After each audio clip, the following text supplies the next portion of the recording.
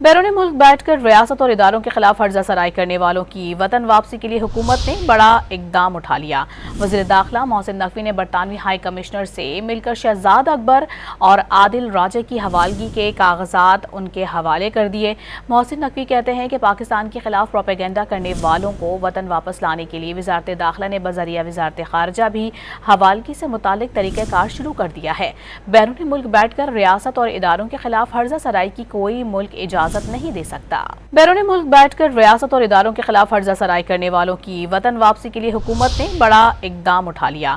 वज़ीर दाखिला मोहसिन नकवी ने बरतानवी हाई कमिश्नर से मिलकर शहजाद अकबर और आदिल राजे की हवालगी के कागजात उनके हवाले कर दिए।